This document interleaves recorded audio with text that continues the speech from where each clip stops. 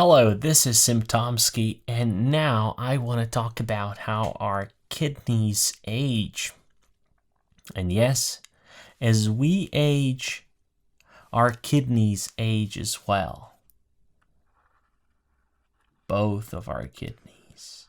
Well, you see, as we age, things develop in a certain way, not just with our kidneys, but the whole variety of organs. But there are things we can do to prevent that and to slow down this aging of our kidneys.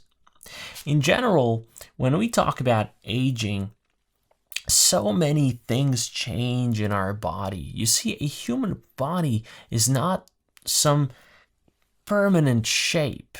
It doesn't have a permanent form. In fact, the human body is changing since the very first moment the egg cell becomes fertilized by a sperm cell. Well, what further develops is a baby. So, you see, a baby has some functions. It can cry, but it doesn't have all the functions that an adult has. So as the baby's aging, it learns how to talk, how to love, how to see properly, and also how to reproduce. So aging can be positive, but once this baby becomes an adult, aging becomes sort of negative. So the face starts getting wrinkles, and our senses, such as hearing and smelling and tasting, also lose function. Muscles lose their mass, but also lose their ability to respond quickly. More troublesome things can happen in other organs. So, for example, kidneys. And that's what we are interested in. Of particular interest are kidneys. Now let's quickly explain what happens in the kidneys as they age. But before I explain that, you can help me spread the word, because so many people have kidney problems. You can do so by subscribing to my channel, sharing this video, liking it, and commenting on it. So maybe we can spread the word. Now back to the topic. Well, most likely each decade after you reach the age of 40, there will be a reduction of 10 to 20% of your renal blood flow. That means there will be less blood coming to the kidney. Well, actually, blood would be coming from the heart into the kidney. So that results in a reduction of the glomerular filtration rate.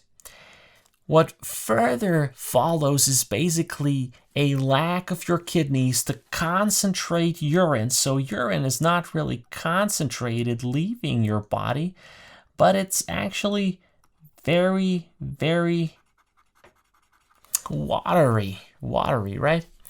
So this further accelerates the loss of fluid from the body. Furthermore, the loss of the so-called antidiuretic hormone receptors accelerates the loss of the bodily fluid even more.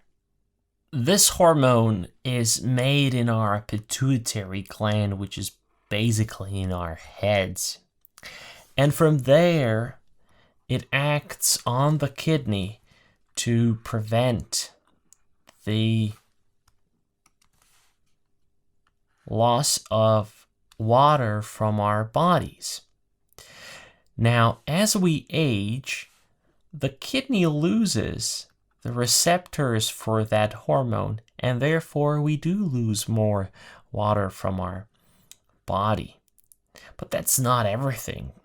The kidneys produce a hormone called renin, and this hormone, renin, actually converts angiotensinogen from the liver into angiotensin 1.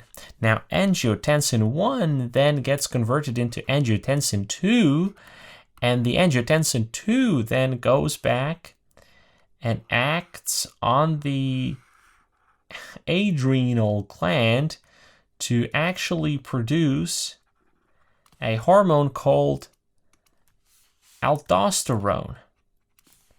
Now, this hormone basically acts on the kidneys then again to reabsorb the sodium and water, and thus again increase the volume of the fluid, of the water in our bodies. Now, that's finally, I tried to sum it up here in this little quick explanation, but as always, when our kidneys age, they lose receptors for this hormone as well, and that way we again lose more water from our bodies. So we lose receptors for the antidiuretic hormone and for the aldosterone, and because of that, older people require more water, to drink more water, and they go more often to the washroom. So there are normally other factors that can influence the function of our kidneys, and those are the cardiovascular factors, such as, for example, atherosclerosis or heart disease, hypertension.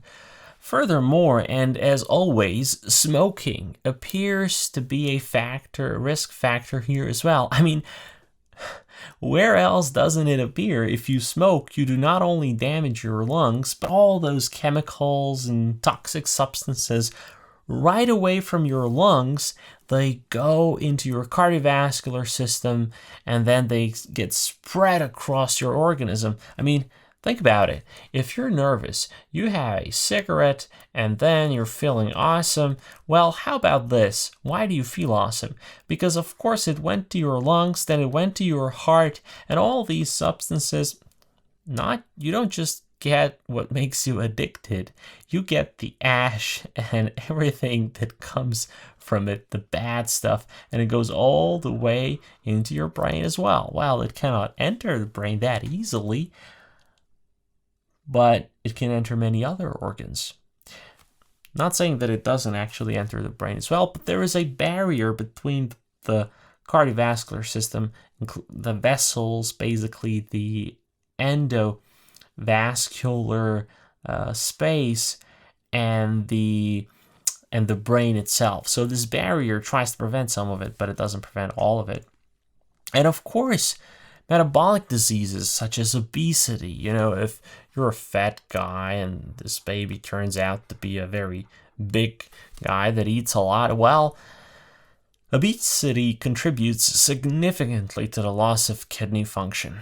And so what can we do about this, and how to prevent this? As you already saw from here and down there, all of these causes, they basically are risk factors, and you can already assume where should we keep our focus.